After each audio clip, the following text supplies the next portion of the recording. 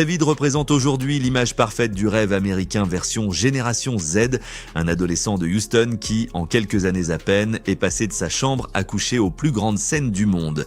Sa particularité, tout commence avec un simple téléphone, pas de studio, pas de producteur connu, seulement une application gratuite, BandLab, et une détermination qui le propulse vers la reconnaissance.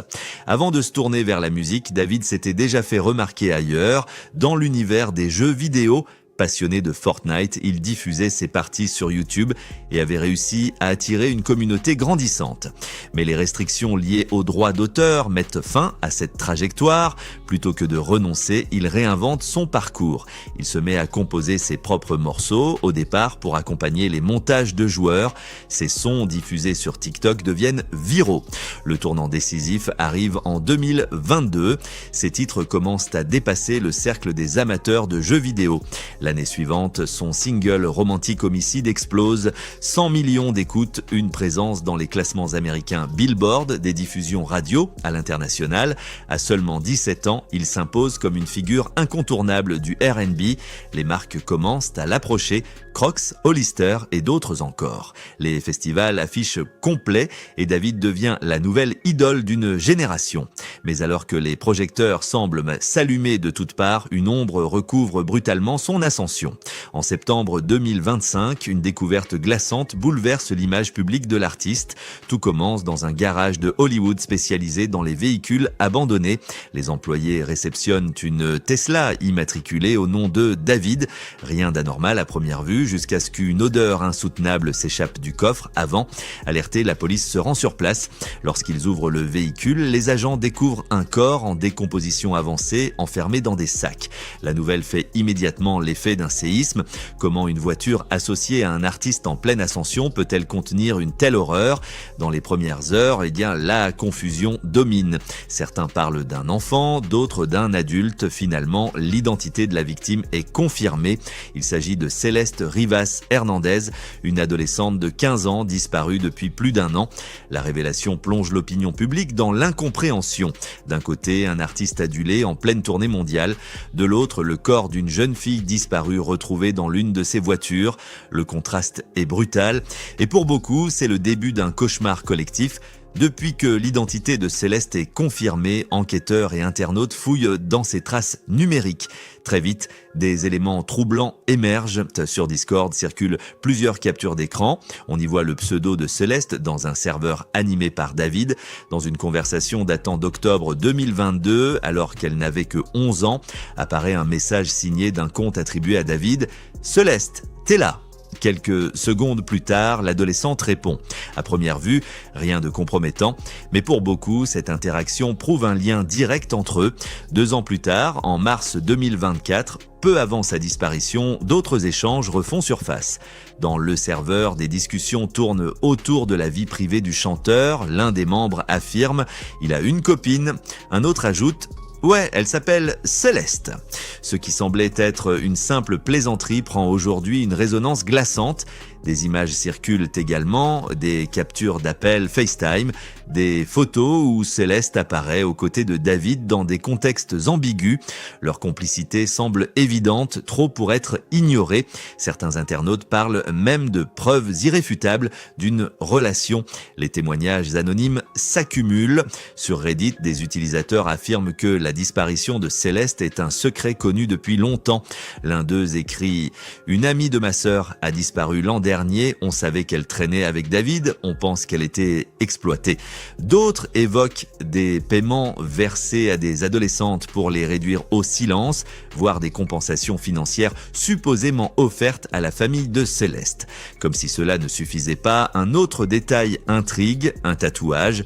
Céleste portait sur un doigt les lettres Esh, identiques à celles gravées sur la main de David. Pour certains, ce signe n'est pas une coïncidence. Il symboliserait un pacte secret, une marque silencieuse d'un lien caché. À mesure que ces indices s'accumulent, la musique de David prend une dimension inquiétante. Des chansons qui semblaient jusque-là poétiques sont réécoutées sous un nouveau prisme. Dans Romantic Homicide, sorti le jour de l'anniversaire de Céleste, il chante In the back of my mind, you died, une phrase qui, autrefois perçue comme une métaphore sombre, est désormais interprétée comme un aveu. En mars 2024, le mois de la disparition de Céleste, David publie un autre morceau, My House is Not a Home. Les paroles évoquent la folie, les regrets et des excuses adressées à sa famille. Certains y voient un aveu voilé. 2 mois plus tard, dans le clip de Philippe, on le voit se raser les cheveux devant un miroir comme pour symboliser une rupture avec son passé. La coïncidence des dates, des mots et des gestes est interprétée par beaucoup comme un faisceau d'indices.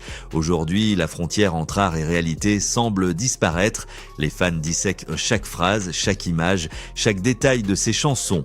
Ce qui apparaissait comme l'ascension fulgurante d'un jeune artiste prend désormais les allures d'un récit macabre.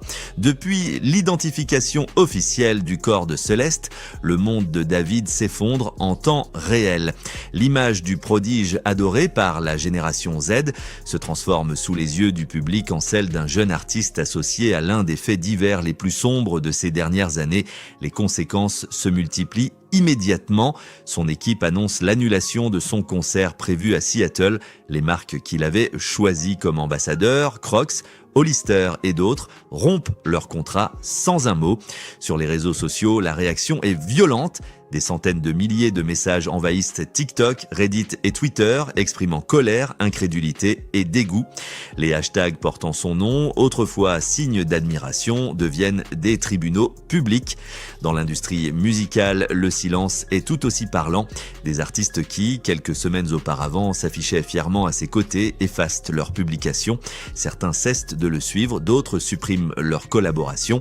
En un instant, celui qui incarnait l'avenir du R&B devient une figure à éviter. Pourtant, un détail continue d'intriguer. Malgré l'ampleur des soupçons, David n'est pas inculpé.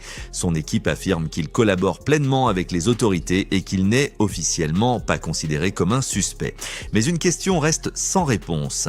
Comment expliquer que le corps d'une adolescente disparue ait été retrouvé dans une Tesla immatriculée à son nom, une voiture jamais déclarée volée? Les enquêteurs avancent avec prudence. Le rapport du médecin légiste évoque un état de décomposition avancé qui empêche de déterminer immédiatement la cause de la mort. Le décès de Céleste reste classé comme en attente, le temps que des analyses plus poussées soient menées. En attendant, chaque geste de David est revisité. Ces interprétations de romantique homicide, données à la télévision quelques jours après la disparition de Céleste, prennent une couleur sinistre. Ces clips, ces paroles, ces interviews sont scrutés à la loupe, comme si chaque détail pouvait contenir une clé. L'opinion publique se divise entre 2 visions, la présomption d'innocence d'un adolescent propulsé trop vite sous les projecteurs et l'accumulation troublante de coïncidences qui pèsent lourd contre lui. Au milieu de ce tumulte, une certitude demeure, rien n'est encore terminé. La carrière d'un artiste en plein essor vacille, une adolescente a perdu la vie dans des circonstances obscures et une famille réclame des réponses que l'enquête peine encore à fournir. Alors, que reste-t-il de cette affaire? L'image d'un garçon qui avait tout et qui se retrouve désormais au centre d'un scandale macabre, une trajectoire où la gloire se heurte à la tragédie. Et surtout, une question lancinante persiste, la vérité éclatera-t-elle bientôt?